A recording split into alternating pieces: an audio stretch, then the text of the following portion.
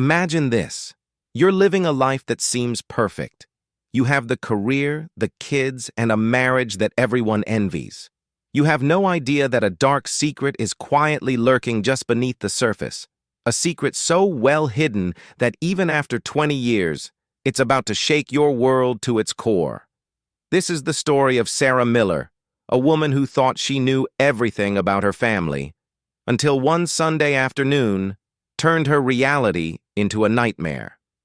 But before we reveal the lie that started it all, if you love deep dive mysteries and stories that keep you guessing, hit that subscribe button and turn on notifications for Haze Crimes. You're going to want to be here for the conclusion of this one. Now, let's go back. Sarah Miller had always considered herself lucky. At 34, she had a successful career and a 12-year marriage to Mark, a man who seemed like her soulmate. They were the golden couple. But there was a shadow in Sarah's past, a name that was forbidden in her family home. Jake. Jake was her sister Emily's ex-husband. He was the man who had shattered Emily's heart and torn the family apart when he walked out years ago.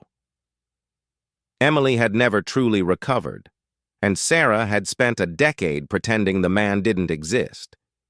She told everyone, even Mark, that she had never met the man who broke her sister.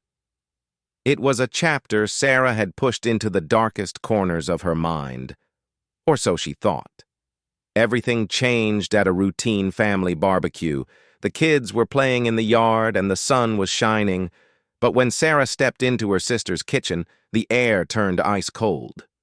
Jake was there, standing in the corner, holding a drink as if he belonged. When his eyes locked with Sarah's, a physical shiver ran down her spine. It wasn't just the shock of seeing him.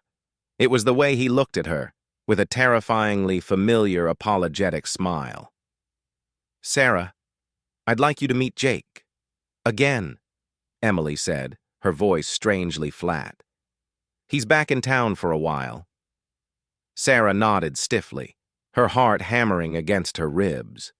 She played the part of the stranger, forcing a polite smile, but inside she was drowning.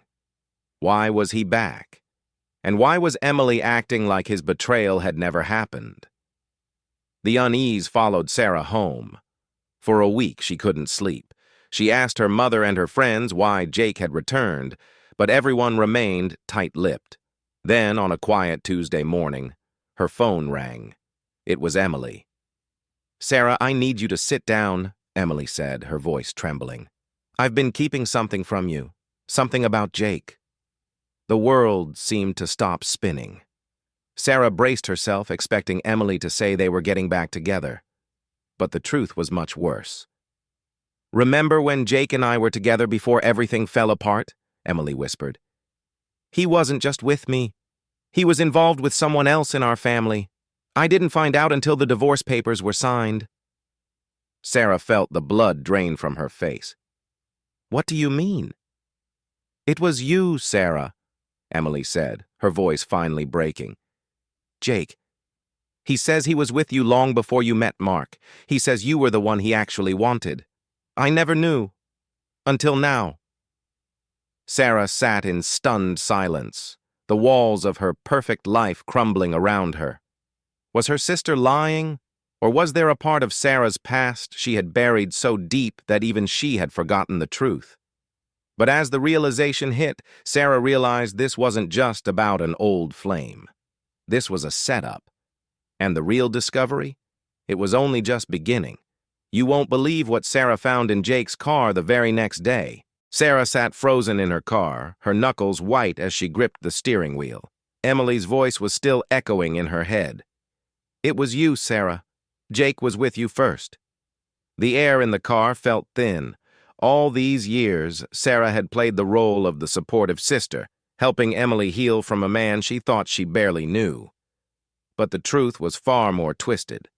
If Emily was right, Sarah hadn't just met Jake. She had been his first choice. She looked down at the passenger seat. She had gone to Jake's car looking for answers, but what she found tucked under the floor mat was even more unsettling. A key. A small silver key with Emily's address scratched into the metal. Sarah didn't go home. She drove straight to Emily's house. The neighborhood was eerily still as she pulled into the driveway. When Emily opened the door, she looked like a ghost of herself. Pale, eyes swollen, and guarding the entrance as if Sarah were a stranger. "Come in," Emily whispered.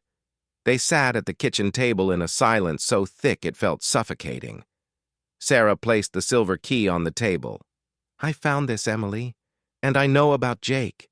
I need the whole truth, every single detail." Emily's hands trembled as she reached for the key. "I never wanted you to find out like this, Sarah. I thought I was protecting you. But the truth has been lurking in the shadows for 20 years. "What truth?" Sarah's voice was sharp. "You said he was with me first. How is that possible? I married Mark. I've lived a clean life." Emily finally looked her in the eye. "Jake didn't just leave me, Sarah. He left me because he was obsessed with you. He's been playing both of us from the start. And he's back because he's tired of playing from the sidelines." "A game?" Sarah repeated, a cold shiver racing down her spine. "What kind of game?" Emily leaned in, her voice barely audible. "I found something. An old journal Jake left behind. Sarah, he didn't just write about his feelings. He wrote about everything. Every time he followed you. Every time he watched your house while Mark was at work. He's been pulling the strings of our lives for a decade, and we were too blind to see it." The floor felt like it was falling away. Sarah thought of her perfect life with Mark, the quiet nights, the safety. Was any of it real? Or had Jake been the one orchestrating her happiness just so he could eventually snatch it away? "Where is the journal, Emily?" Sarah demanded. "I hid it." Emily panicked, her eyes darting to the window. "If he finds out I have it, if he knows we've read it, it's over. For all of us. He's been waiting for the right moment to finish what he started 20 years ago." Sarah stood up, her fear turning into a cold, hard determination. She had to find that journal before Jake found her. She had to know how deep the deception went. But as she turned to leave, Emily grabbed her arm. Her grip was tight, painfully tight. "Sarah, wait. There's one more thing," Emily choked out. "The journal. It's not just about Jake's obsession. It's about us, about what we did to him back then. The secret we swore we'd never tell. Jake isn't the only one with blood on his hands." Sarah froze. The room felt like it was spinning. What did Emily mean? What had they done? As Sarah walked out into the dark night, she realized the hunter might actually be the prey.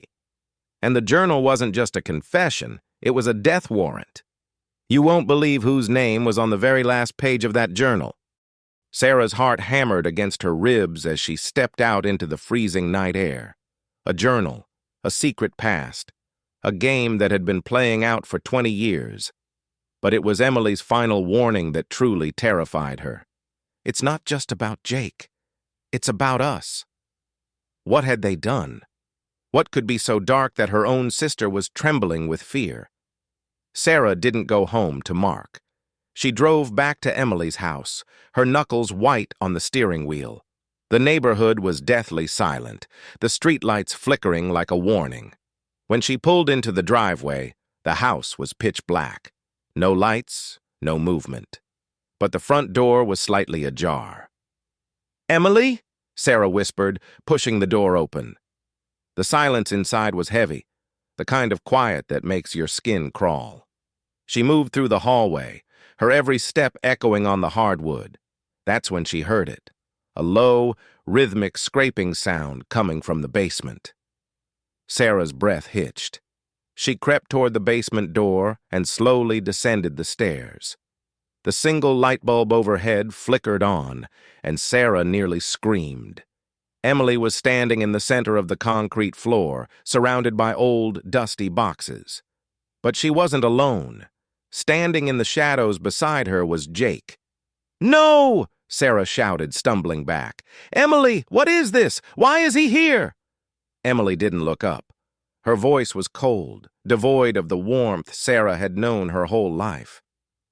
"I had to do it, Sarah. He's right. You needed to know.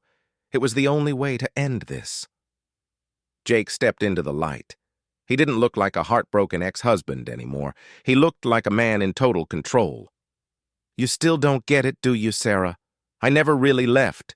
I've been right here pulling the strings of your perfect life for 12 years. A sickening wave of realization washed over Sarah. The job offers? The house we bought? Mark, did you have something to do with all of it? Jake's grin was predatory. I wanted to see how easily I could build a world for you, and how easily I could take it away. You thought you were the lucky one? You were just the main character in a play I was directing. Emily, please, Sarah begged. He's manipulating you. We have to get out of here. But Emily finally looked up, and her eyes were filled with a dark, bitter resentment. He's not manipulating me, Sarah. He's the only one who knows the truth about what we did 20 years ago. The night of the accident. The night we thought we buried our secrets forever. Jake moved to the corner of the room and pulled a heavy tarp off a large industrial metal safe. I knew you'd come for the truth eventually, Jake said, his eyes gleaming. But once this safe opens, there's no going back to your life with Mark. There's no going back to being lucky Sarah.